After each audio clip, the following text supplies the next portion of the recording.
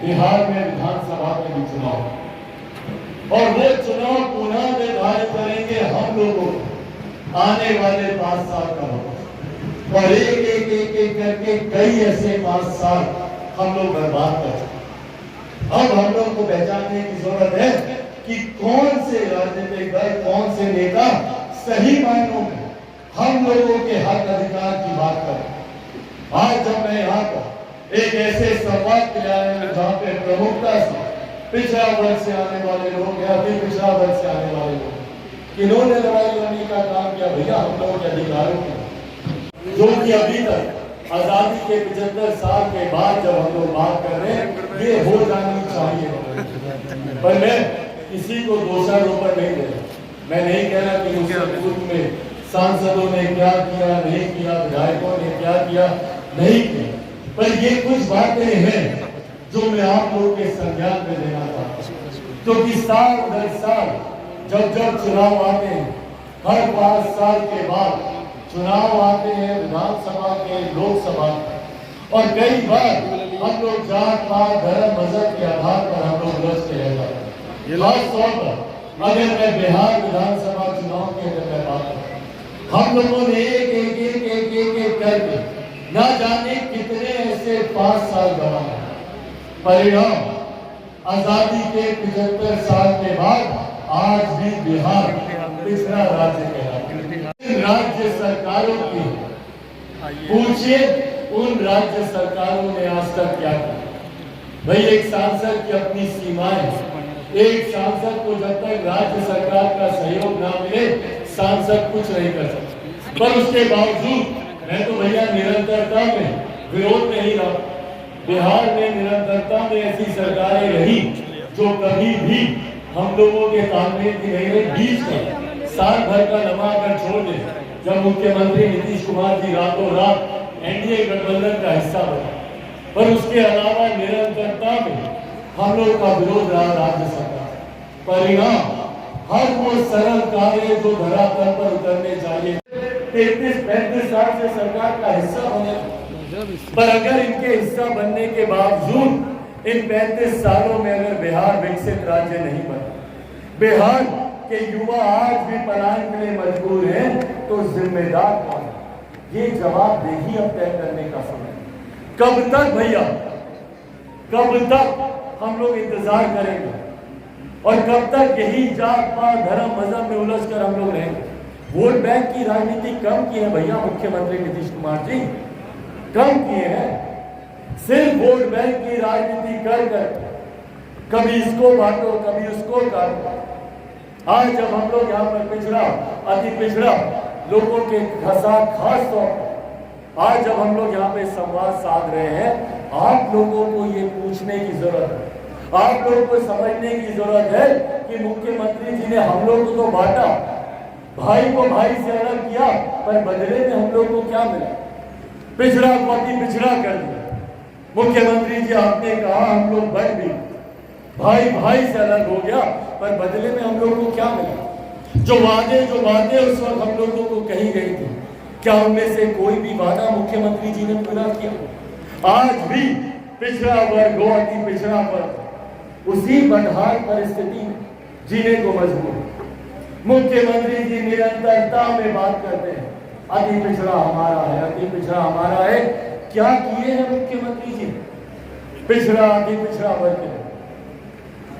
आज तक उनके द्वारा किए गए वादों को पूरा नहीं किया, और इसी तरीके से बांटने की राजनीति।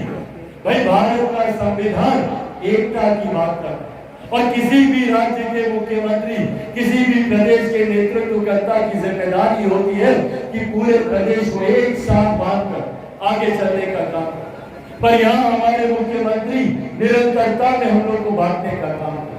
कभी दलित को महादलित किए, कभी पिछड़ा को अति पिछड़ा, कभी अगड़ा, कभी पिछड़ा, कभी लव, कभी कुछ, कभी कोई, कभी कुर्मी, कभी हिंदू, कभी मुस्लिम, कभी महिला, कभी पुरुष, सिर्फ बांटने की राजनीति करते करते ये बातें हम लोग बढ़ते भी गए। पर पूछिए ना आज इतने सालों के बाद भी क्या मिला हम लोग? आज भी बिहार उसी बदहाल परिस्थिति में, आज भी हम लोग पलायन करने को मजबूर हैं। आज भी बिहार के लड़के दिल्ली जाते हैं, शिक्षा के लिए, रोजगार के लिए। दिल्ली जाएंगे, गुरुग्राम जाएंगे, बैंगलोर जाएंगे, नोएडा जाएंगे। क्यों ये परिस्थिति बिहार में नहीं बनती कि दिल्ली, बैंगलोर, गुरुग्राम के लड़का लड़की बिहार आए शिक्षा के? शिक्षा के महत्व को जानता हूं और इसीलिए शुरू से मैंने इस बात का ध्यान दिया कि जरूरी है शिक्षा का घर घर पे पहुंचना। मेडिकल कॉलेज के तौर पर हो, यहाँ पे केंद्रीय विद्यालय खुलवाने के तौर पर हो, या अलग अलग प्रखंडों में, पंचायतों में आ रही प्राथमिक स्वास्थ्य, प्राथमिक विद्यालयों को लेकर समस्याओं के निवारण को लेकर हो, हर वो संभव प्रयास जो मुझसे मुमकिन हुआ उसको मैंने करने का मैंने कोशिश की। पर आज कम से कम इतना मैं जरूर कह सकता हूँ कि जमुई के जो बेसिक इंफ्रास्ट्रक्चर है, जो बुनियादी जरूरतें हैं, भले वो सड़क की हो, बिजली की हो। मुझे याद है जब मैं पहली बार सांसद बना और दिशा की बैठक हम लोगों ने ली, उसमें अनेकों पंचायतें ऐसी थी जो कि सड़क मार्ग से जुड़ी हुई है। ना जाने सैकड़ों गांव ऐसे थे जो विद्युतीकरण से नहीं जुड़े हुए। लगभग 50% से ज्यादा गांव ऐसे हैं 2014 में जो विद्युतीकरण से जुड़े हुए नहीं थे, जहां पर बिजली नहीं पहुंचती। पर आज इस बात को मैं गर्व से कह सकता हूं कि लगभग कुछ गांव को अगर आप छोड़ दें तो लगभग 100% विद्युतीकरण से पूरा का पूरा जमुई हम लोग का जुड़ चुका है। सब आप लोगों के समक्ष है, पर हम इस बात का संतोष मुझे जरूर होता है कि 9 साल पहले जिस तरीके से लोग जमुई को देखते थे, जमुई की चर्चा करते थे, इन 9 सालों में जमुई का मान सम्मान जरूर बढ़ा है राष्ट्रीय और अंतर्राष्ट्रीय स्तर पर। इस बात का मुझे गर्व होता है। आज नीति आयोग तक जमुई को पहचानता है। जमुई जो कि नीति आयोग में 99 पायदान पर हम लोग की मेहनत से, हम लोग के परिश्रम से 99 पायदान से 9वें पायदान पर आने का जमुई लोकसभा को सौभाग्य प्राप्त है। और ये मेरा लक्ष्य है। मैं चाहता हूं कि पहले पायदान पर जाए। मैं चाहता हूं न सिर्फ बिहार प्रदेश बल्कि हिंदुस्तान में तमाम जिलों के बनस्पत जमुई जिला और तमाम लोकसभाओं के बनस्पत जमुई लोकसभा पहले पायदान पर हो, सबसे विकसित श्रेणी में ये कहलाया जाए। इस सोच के साथ मैं अभी भी आगे बढ़ने का काम कर रहा हूं। भले यहाँ पर मेडिकल कॉलेज देने की बात है, भाई जमुई एक ऐसा जिला, नक्सल प्रभावित जिला, जो लोग कहते थे कि भैया कभी यहाँ पर विकास का कोई कार्य धरातल पर नहीं कर सकते, वही यहाँ पर देश में मात्र 5 मेडिकल कॉलेज की अनुशंसा हुई। उनमें से एक मेडिकल कॉलेज के भव्य भवन का निर्माण का कार्य यहाँ पर शुरू हुआ है, जो कि आने वाले दिनों में यकीनन जब हम लोग एक मजबूत और एक विकसित जमुई की जब हम लोग बात करेंगे तो उसकी आधारशिला, उसकी नींव में यकीनन इस मेडिकल कॉलेज का योगदान होगा।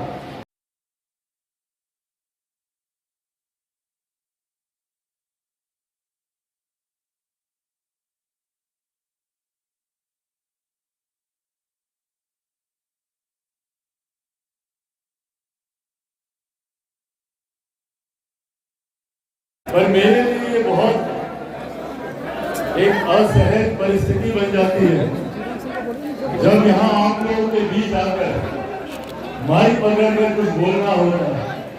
भाई कोई अपने घर वालों, अपने परिवार के बीच क्या कोई भाषण देगा? आप लोगों ने हमेशा मुझे अपने बेटे का प्यार दिया, हमेशा मुझे घर के सदस्य की तरह अपना वो प्यार, वो सम्मान दिया।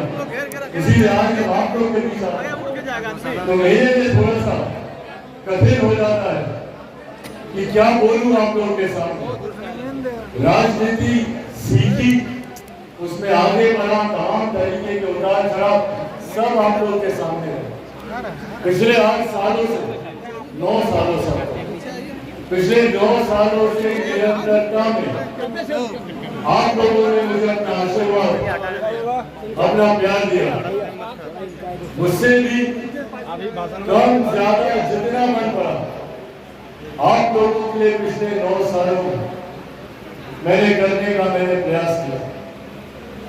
कई बार कई कार्य हैं जिसमें हम लोग को उपलब्धि हासिल हुई, कई कार्य हैं जो कि अभी भी अधूरे हैं, जिनको पूरा करने में तत्परता से और पूरी ईमानदारी के साथ मैं प्रयासरत रहा हूं। पर इन 9 सालों में कभी मुझे इस बात का एहसास नहीं हुआ कि आप लोगों के साथ मेरा रिश्ता एक सांसद या एक जनप्रतिनिधि और जनता वाला संबंध रहा।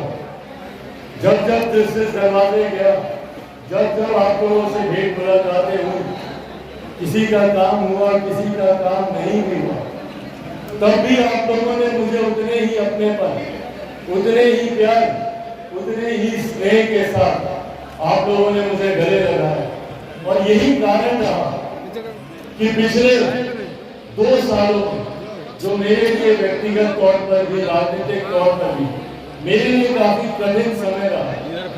पर इन 2 सालों में भी तमाम उतार चढ़ाव से जूझते हुए अगर आज भी मजबूती से बिहार और बिहारियों की अस्मिता की लड़ाई अगर चिराग पासवान लड़ पा रहा है, तो उसमें सबसे बड़ा योगदान और सबसे बड़ा साथ आप लोगों का रहा। जहाँ एक तरफ मेरे परिवार ने मेरे सर से अपने आशीर्वाद का हाथ बढ़ाया, मेरे कई परिवार पार्टी के सदस्यों ने मुझे धोखा देने का काम किया, तो ऐसी कठिन परिस्थिति में भी आप लोगों ने मेरे परिवार का सदस्य बनकर मेरा साथ देने का काम किया, मेरी हिम्मत बढ़ाने का आप लोगों ने काम किया। आज भी साथियों, जब आप लोगों के बीच यहाँ पर आया हूँ, मुझे ये कहने गिनाने की जरूरत नहीं है कि पिछले 9 सालों में चिराग पासवान ने क्या किया, नहीं किया।